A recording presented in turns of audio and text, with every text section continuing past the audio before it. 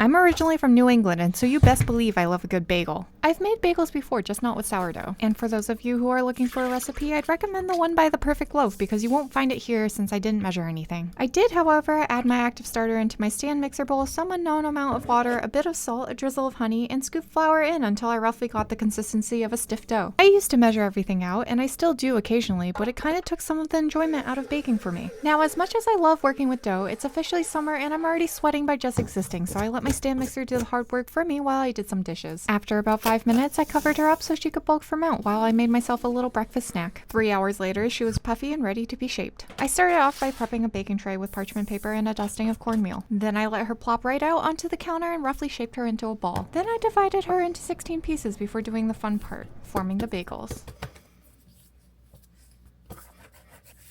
Repeat that 16 times while I feel myself get a boost of serotonin before covering the bagels and letting them proof on the counter for 2 hours. Usually, yes, you should proof them overnight in the fridge, but I didn't have room in the fridge and I wanted bagels today, so I went ahead and boiled them in water and honey for 40 seconds on each side. Personally, I'm tired of fighting with fallen seasonings while I eat bagels, so I skipped the toppings and baked at 450 degrees Fahrenheit for 20 minutes. No, I didn't get the beautiful blisters on my bagel crust, so I didn't feel great at first looking at these, but just watch me try it with some salted butter.